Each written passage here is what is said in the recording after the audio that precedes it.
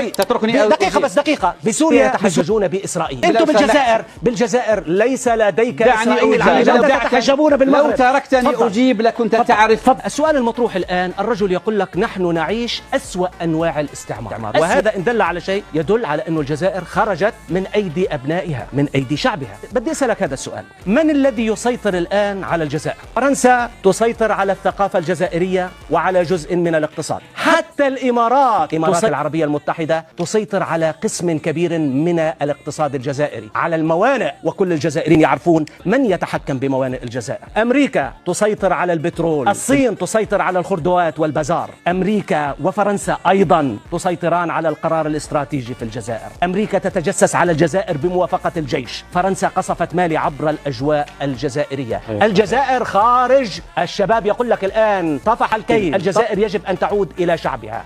طفح الكيل، يجب أن تخرج من أيدي العصابة، يجب أن تخرج من أيدي كفلاء العصابة في باريس وأمريكا والإمارات